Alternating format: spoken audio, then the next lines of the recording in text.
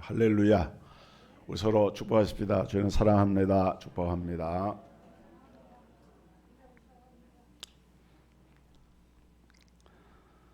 새해 첫 주일을 맞이해서 우리 성도들이 금년에 여러분들이 하나님께 구하는 여러 가지 소원과 기도의 제목들이 있을 것입니다.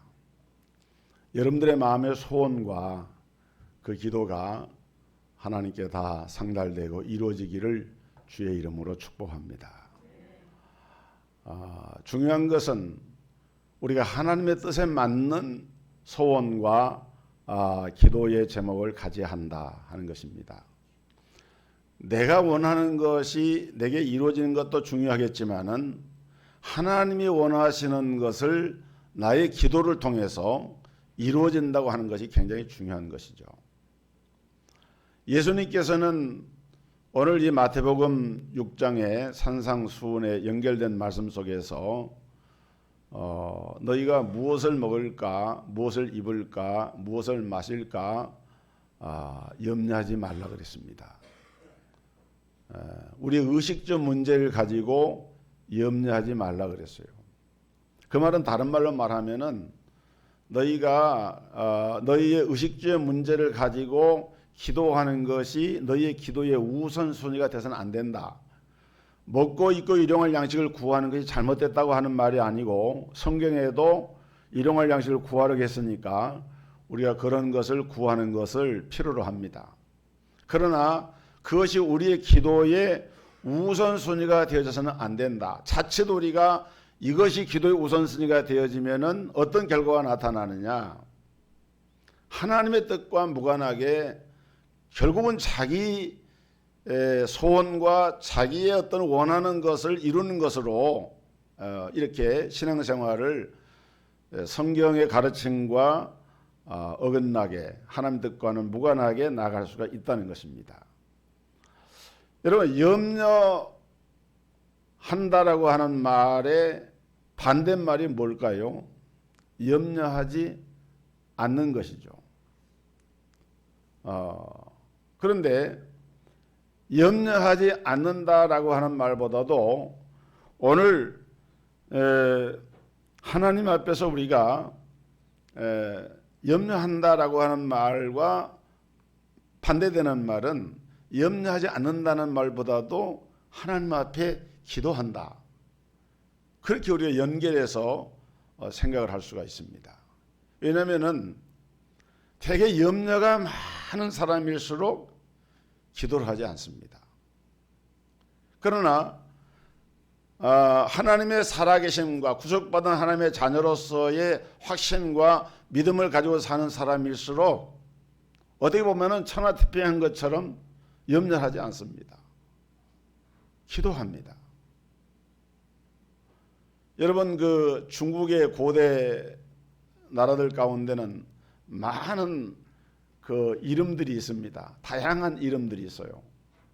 그런데 중국에 기라고 하는 나라가 있었습니다. 그 기라고 하는 나라에 우라고 하는 사람이 살았는데 이 우라고 하는 사람은 걱정을 너무 많이 했어요. 모든 것이 다 걱정인 거예요. 그래서 뭘 걱정했는가 하면은 하늘이 무너지면 어쩌나, 하늘이 무너지면 어쩌나 이걸 걱정을 한 거예요. 그래서 기나라의 우가 걱정을 했다. 그래서 기우라고 하는 말이 생겨났어요. 우리가 좀 어려운 한자 말이지만은 염려한다고 하는 말을 기우라고 이렇게 표현하잖아요. 거기서 나온 말이에요.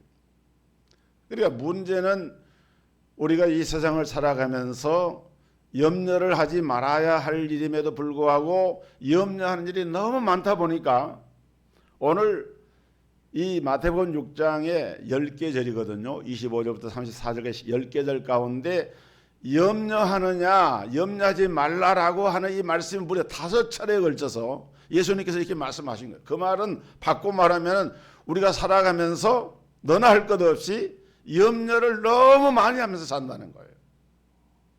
정도의 차이겠지만은 사람들은 염려를 벗어나지 못합니다.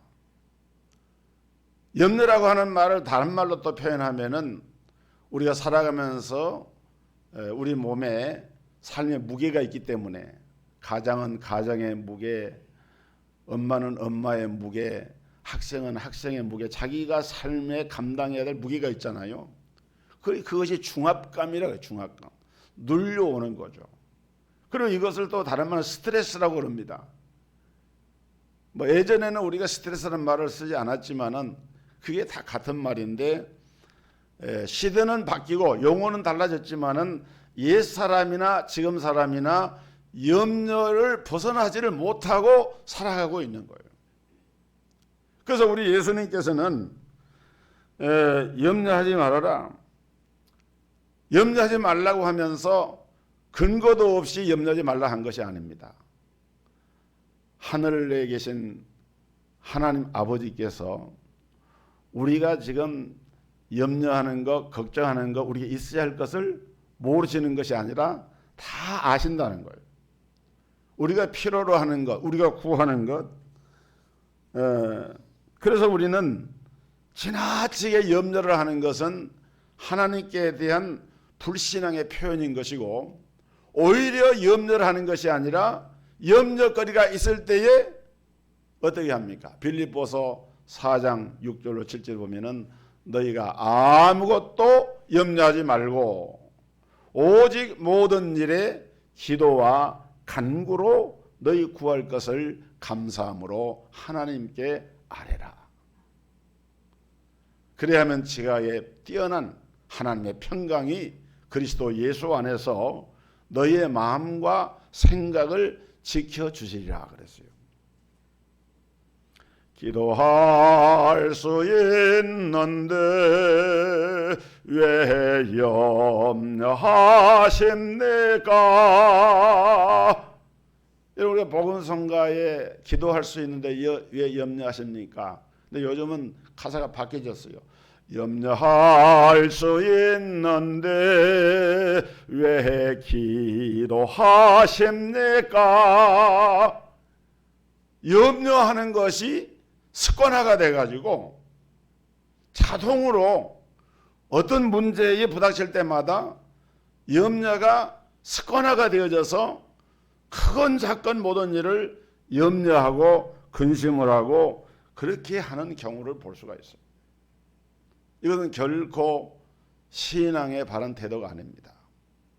여러분, 우리 예수님께서는 이 산상보훈의 기도에 대한 교훈을 말씀하시면서 너희는 먼저 너희 염려거리를 염려하지 말아라, 하나님께 맡겨라, 이렇게 말씀하고 있는 것입니다.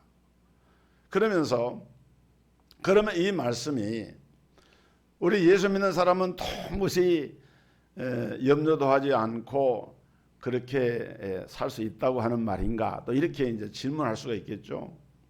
아니 왜 우리가 염려거리가 없겠어요? 당연히 염려할 수 있죠.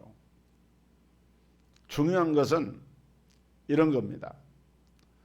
성경은 우리가 염려하는 대신에 기도하고 자기 할 일을 찾아서 수고하고 노력을 하고 일을 하라고 말씀을 합니다. 사도 바울은 게으름이나 아무것도 하지 않고 밥만 축내는 것을 하나님 앞에 죄라고 그렇게 규정을 합니다. 마땅히 해야 할 일을 하고 일을 할 수 있는 사람이 일을 하지 않을 때 사도 바울은 데살로니가후서 3장 10절에 보니까 일하기 싫어하거든 먹지도 말게 하라 그랬어요. 일하기 싫은 사람에게는 밥도 주지 말아라. 그러니까 사실은 염려를 한다고 하는 것하고 그 염려 대신에 기도하면서 일을 찾아서 일을 하는 것은 깊은 상관관계가 있습니다.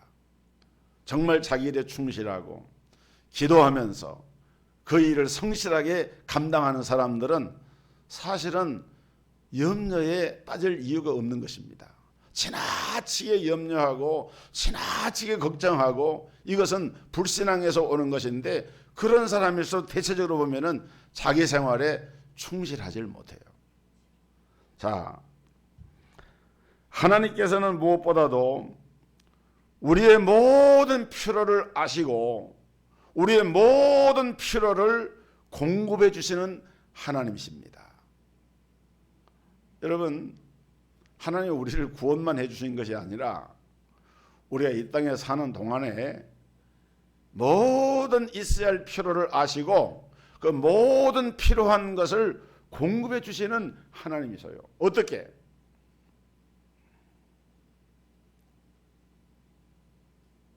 여러분의 건강과 여러분의 재능과 여러분의 직장과 여러분의 일터와 여러분의 가정과 여러분의 모든 삶의 그 현장 속에서 하나님이 이러한 방법으로 여러분들에게 공급을 하고 계시는 거예요. 여러분, 생명도 하나님 주신 것이고 건강도 하나님 주신 것이고 재능도 하나님 주신 것이고, 그런 직장은 내가 찾아 얻은 것입니까? 직장도 하나님이 주신 거예요. 내가 이만큼 지금 배골지 않고 헐벗지 않고 살아가고 있는 이 모든 것의 배후에 누가 지금 역사하고 계세요? 안 믿는 사람들은 깨닫지를 못해서 그런 것이지, 우리가 믿음 안에서 깨닫고 보니까 그 모든 것이 다 누구의 은혜입니까? 하나님의 은혜인 거예요. 다른 말로 바꿔 말하면은 하나님의 은혜가 아니면은 우리의 생존 자체가 불가능한 거예요. 생명 자체가 하나님이 주신 것이고 우리가 살아가는 모든 삶의 영역에 공급받는 모든 것들이 다 하나님께로부터, 이로부터, 빛들을 지신 이로부터, 하나님께로부터 온 것이다, 그 말입니다. 그러니까 우리는 내가 뭔가를 이루었다 했다라고 자만하거나 자랑을 해서는 안 됩니다.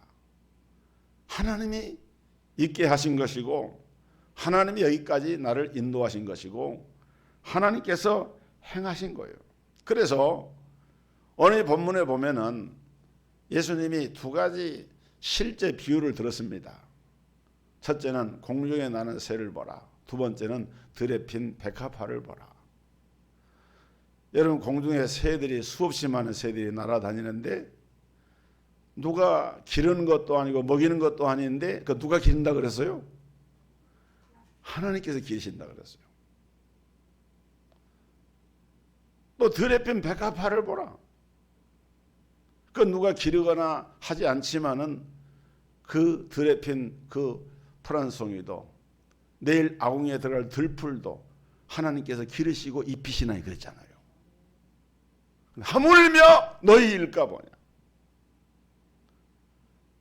여러분, 사실 우리가 가만히 돌이켜 보면은 깨닫지를 못하고 알지를 못해서 그렇지, 지금 우리가 먹고 있고 사는 이 모든 것들, 그것을 준비해서 여호와 이레로 예비하시고 때가 되면 공급하시고 시시때때로 인도하시는 것. 마치 광야에서 이스라엘 백성들이 하늘에서 내리는 메추라기 만나로 40년 동안 광야 생활하면서도 굶주림을 당하지 아니하고 헐벗지 아니하고 살았던 것처럼 지금 저와 여러분들은 그런 하나님의 은혜의 공급을 통해서 살아가고 있는 거예요.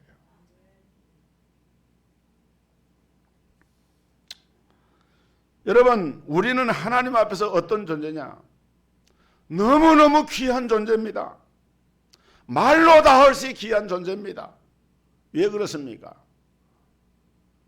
하나님이 당신의 독생자이신 예수 그리스도를 우리의 죄를 위한 대속의 제물로 죽음에 이르기까지 사랑하신 것이, 죽기까지 사랑하셔서 우리를 대속하셔서 그 자녀로 삼으신 분이 하나님 아버지십니다. 이 큰 사랑, 이 큰 은혜를 우리가 입고 하나님의 자녀가 되었고 주의 성도가 되었고 몸된 교회를 섬기는 직분자가 되어지고 일꾼이 되어진 것, 이게 여러분 엄청난 하나님의 은혜인 거예요. 그런데 이것을 깨닫지 못하는 사람들은 그 하나님 앞에 자기 신분과 그 존재에 대해서 감사할 줄을 몰라요. 이게 문제예요. 자기라고 하는 존재가 하나님 앞에서 얼마나 소중한 존재인지를 모르는 거예요. 제가 이번 성교형 예배를 드리고 수요일, 목요일, 금요일 연 사흘 동안 양수리 기도원에 가서 집회를 참석하고 우리 권사님들도 하루 이틀씩 참석하고 그랬는데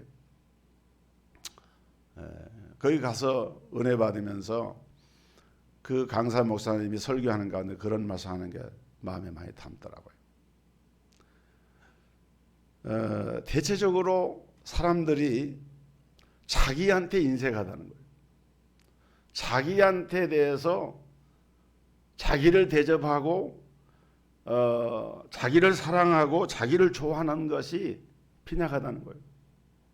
나는 왜 이렇게 생겼어? 에서부터 시작해가지고 한 일마다 안 돼. 그러면서 자기에 대한 자존감이 막 떨어져서 있기 때문에. 근데 성경은 뭐라 그럽니까? 내 이웃을 내 몸과 같이 사랑하라 그랬는데 우리가 이웃을 사랑하는 전제가 뭐냐면은 자기가 자기 몸을 자기를 사랑하는 것처럼 사랑하라는 거예요. 근데 자기에 대한 자존감이 없다 보니까 자기를 좋아하지 않아.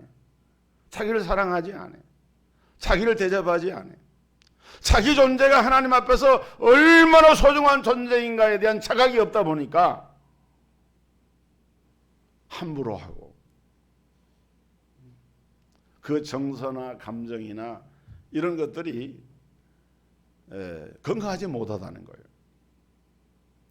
그래서 그 송기론 대표라고 하이패밀리라고 행복발전소라고 하는 그 복음운동하는 목사님이 있는데 그분 예를 들더라고요. 그 목사님은 어느 순간 자기가 나이가 60이 넘어가지고 막 사역에 지치고 힘들고 피곤해지고 하니까 어느 순간 기도하는 가운데 말씀 묵상하는 가운데 그런 깨달음이 오더라는 거예요. 하나님이 나를 하나님의 형상대로 지어가지고 예수의 피로 값주고 구속을 해서 그 자녀를 삼으셔서 하나님이 일을 하게 했는데 하나님이 보실 때 그 자녀인 내가 하나님 보실 때 얼마나 귀하겠냐 이거예요. 근데 나는 나를 귀하게 여기지 않는 거예요. 나는 나를 너무 거칠게 다루는 거예요. 나는 나를 너무 소중하지 않게 다루는 거예요. 그래서 어느 순간에 이걸 깨닫고 보니까 아하, 내가 나를 좀 대접을 좀 잘해야 되겠구나. 그래서 자주는 못하지만은 1년에 한두 번 아주 고급 레스토랑에 가가지고 뭐 마누라고 하는 거 자녀를 가는 것도 아닙니다. 교인들 가는 거 아니에요. 자기 혼자 가는 거.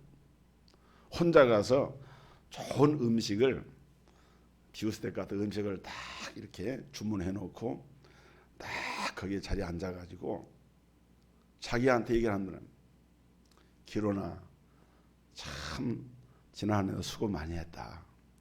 이건 맛있는 거야. 이건 너를 위해서 준비한 거야.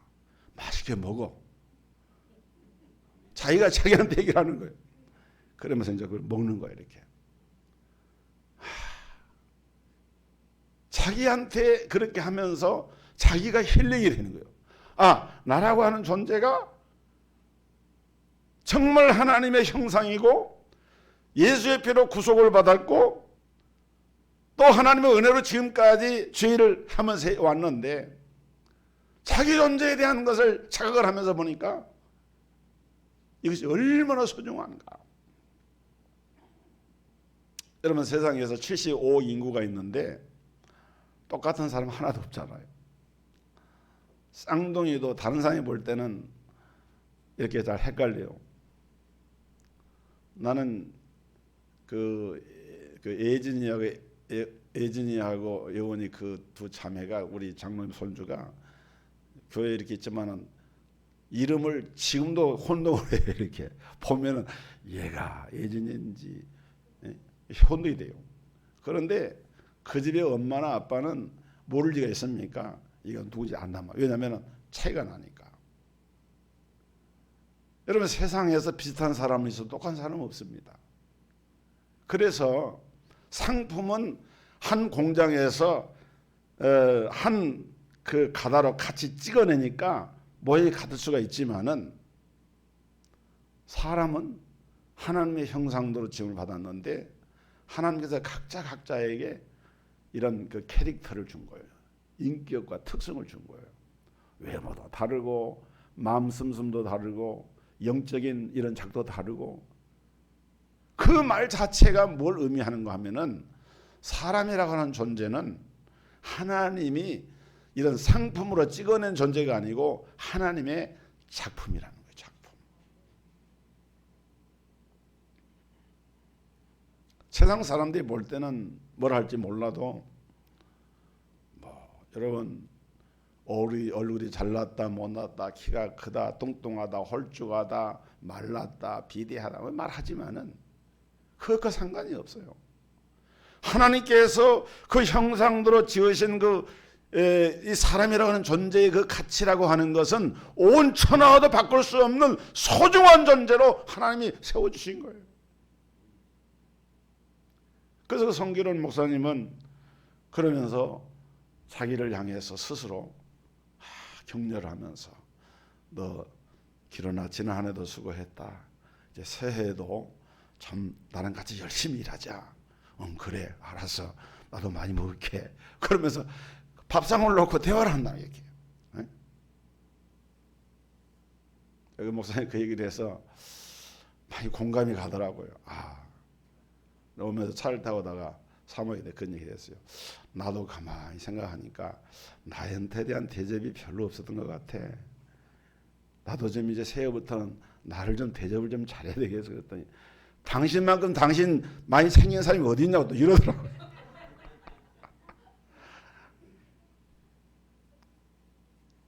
여러분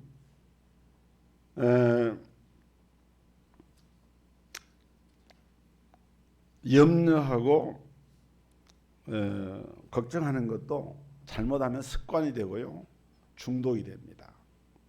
지나치게 염려에 막 사로잡히게 되면은요 기도도 되지 않고 앞이 캄캄하고 그래서 우리는 이 모든 일에 대한 염려를 주님 앞에 맡기면은 오늘 너희 천부께서 이 모든 것이 너희에게 있어야 할 줄을 아시느니라 그랬어요.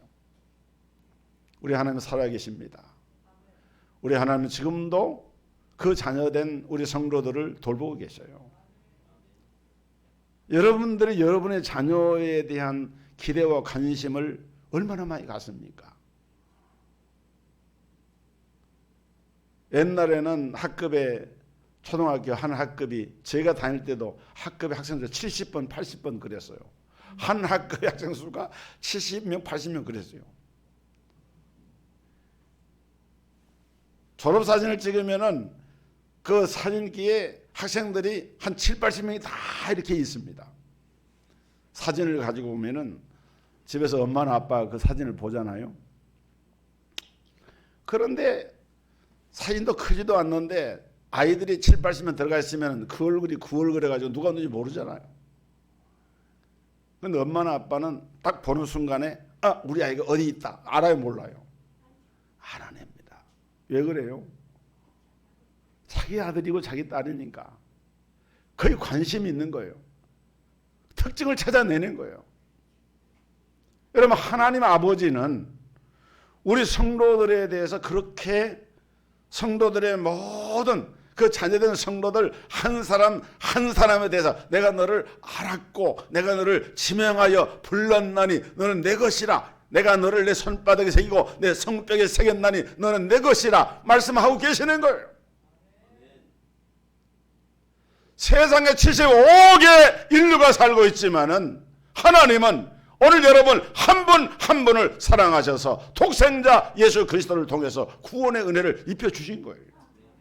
그 하나님이 구원받은 예수 피로 속량함 받은 그 자녀들을 내버려 두겠느냐?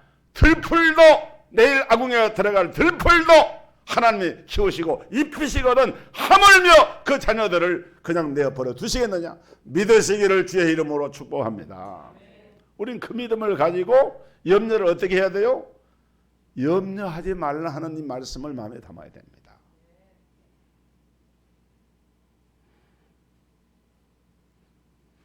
자, 그러면 우리는 염려하는 대신에 어떻게 살아야 합니까? 무엇을 구하며 살아야 합니까? 오늘 본문에 보니까 그런즉 너희는 먼저 그의 나라와 그의 의를 구하라 그랬어요. 너희는 먼저 그의 나라와 그의 의를 구하라. 그리하면 이 모든 것을 너희에게 더하시리라. 더하시리라.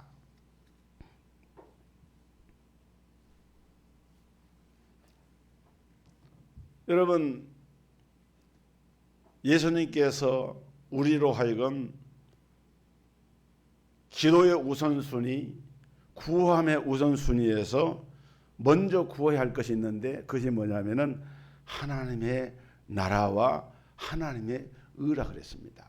근데 이 부분은 조금 설명이 필요해요.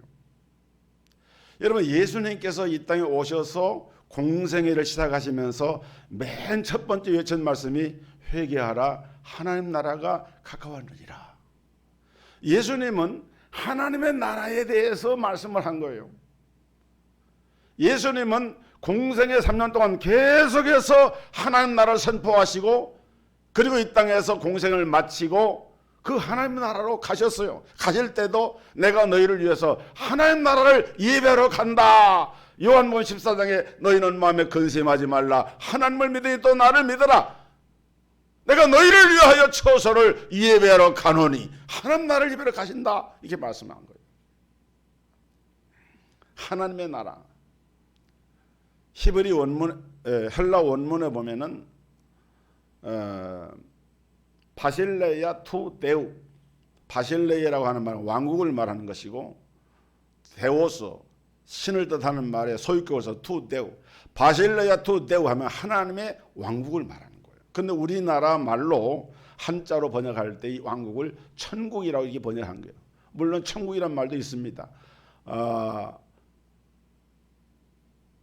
바실레야 투 우라노스, 우라누, 천국이란 말, 이 하늘에 있는 왕국, 그런 뜻으로 천국 이렇게 또 얘기를 합니다.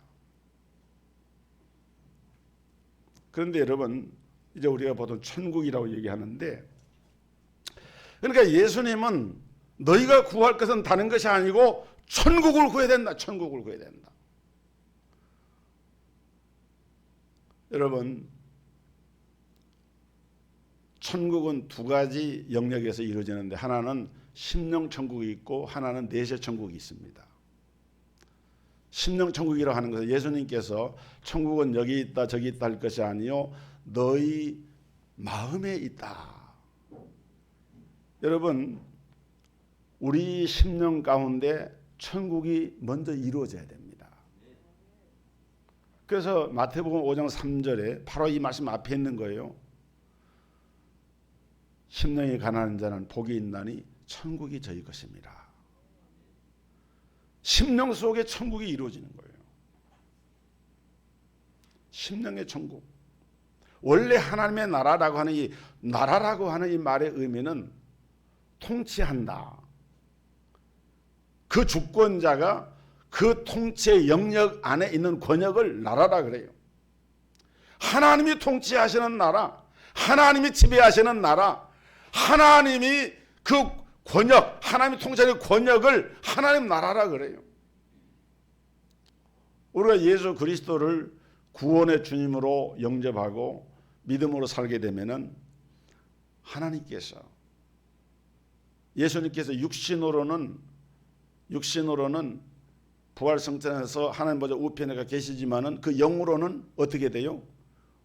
예수를 믿고 영접한 성도들의 심령 속에 들어오셔서 우리 마음 가운데 내재하시면서 나를 다스리시고 내 안에 당신의 전을 삼고 거하신다 그러잖아요. 그러니까 여러분들의 심령 속에 예수를 구주로 믿는 성도의 심령 속에 누가 와서 계세요? 주님이 와서 거하시는 거예요. 주님이 거하시면서 내 심령을 다스리시고 나와 함께 하시고 나와 동행하시면서 내 삶을 이끌어 가시는 것이 바로 내 안에 심령의 뭐가 이루어진 거예요? 심령의 천국이 이루어진 거예요. 그런데 여러분, 하나님 나라와 대비되는 나라는 뭘까요? 세상 나라죠. 흑암의 나라입니다. 이 세상 나라의 임금은 성경에 보니까 마귀 사탄이 이 세상 나라의 임금이라고 그랬어요. 그래서 마귀 사탄의 종이 돼가지고 하나님을 바로 섬기지 않고 마귀 사탄의 지배를 받는 사람들의 그 심령은 마귀에 의해서 조종을 받고 지배를 받기 때문에 불평과 의심과 염려와 근심에 사로잡히고 살인과 미움과 악독이 가득하고 모든 하나님의 신령한 세계를 깨뜨리는 그런 것들로 가득 차 있는 것이 이 세상 나라의 특징입니다. 겉으로는 아무리 젠틀해 보이고 스마트해 보이고 나이스해 보여도 그 안에 복음이 없는, 그리스도가 없는 그 심령의 상태라고 하는 것은 영적으로 볼 때는 흑암의 권세 아래에 있는 거예요. 그래서 우리가 예수님을 구주로 영접하고 심령의 천국이 이루어지게 된 이 심령 천국이 있는 거예요. 그러나 심령 천국으로 끝이 나는 것이 아니라 우리는 내세 천국, 우리가 장차 하나님의 나라에서 들어가서 살게 될 그 빛나고 영광스러운 그 하나님의 나라, 우리는 그 나라를 소망하면서 믿음으로 살아가는데 그 하나님의 나라가 임하도록, 그것이 실현되고 구체화되도록 그것을 위해서 기도하라는 거예요. 여러분 자신이 하나님의 신령 천국을 건설하고 하나님 나라에 이 땅에 오기를 위해서 기도하라는 거예요. 구하라는 겁니다. 그것을 하나님의 나라와 연결해서 예수님의 또 한 가지 강조한 것이 그의 의라 그랬습니다. 이 의라고 하는 말은 디카이오이스라고 하는 말인데 영어로는 righteousness. 여러분, 하나님 나라의 특징이 뭐냐면은 하나님의 의입니다. 로마서 14장 17절에 보면은 성령 안에서 하나님의 나라는 먹고 마시는 나라가 아니고 의와 평강과 희락이라 그랬어요. 로마서 4장에 보면은 아브라함의 일을 그 믿음을 의로 여기셨다, 이런 말씀이 나오고, 일을 아니할지라도 경건치 아니한 자를 의롭다 하시는 그 일을 믿는 자에게는 그의 믿음을 의로 여기시나니 그랬어요. 여러분, 의라고 하는 것은 세상에서 말하면 뭐 정의, 의로운 사람 이렇게 쓸 때 이 의라고 하는 말을 쓰는데, 성경에서 말한 디카이오스, 이 righteousness라고 하는 이 의라고 하는 것은 하나님을 믿는 믿음의 의입니다. 하나님의 실존과 하나님의 인도를 구체적으로 내 삶 속에서 내가 정말 체험적으로 고백하는 신앙으로 하나님의 의의 통치를 받는 그 믿음을 가지고 주님을 섬길 때, 그리스도 예수 안에서 우리가 하나님의 자녀가 되고 의로운 자가 되지 않았습니까? 그것이 바로 하나님의 의가 되는 거예요. 우리가 예수를 믿는 그 믿음으로 말미암아 내가 의롭게 되지 않습니까? 그것이 바로 하나님의 의가 되는 거예요. 믿음의 의입니다. 다른 말로 바꿔 말하면은 하나님의 의를 구하라라고 하는 것은 아직도 의가 아닌 불의 가운데서 예수를 모르고 독생자 예수 그리스도를 고백하지 못하고 살아가고 있는 내 형제 자녀 이웃들에게 아직도 그 의를 이루지 못하는 심령들을 그리스도 앞으로 인도하는, 이것이 바로 하나님의 의인 거예요. 그러면 여러분, 말씀이 정리가 되죠. 의를 구하라라고 하는 것은 결국 우리의 시각과 우리의 방향이 이 땅에만 머무느냐, 하나님과 함께하면서 하나님이 관심 있어 하신 일에 관심이 있느냐. 결국 하나님의 의라고 하는 이 말 속에는 의롭다함을 입은 사람, 예수를 믿어서 구원받은 사람, 결국 이 하나님의 왕국과 하나님의 의에 강조된 초점은 사람입니다.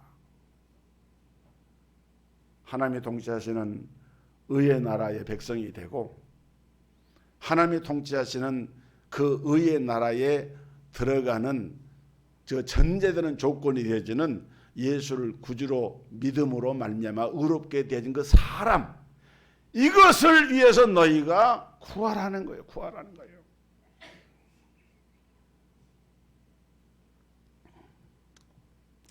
오늘 우리 주님은 우리가 이렇게 하나님 아버지와 우리가 우리 주님과 같은 마음을 가질 때,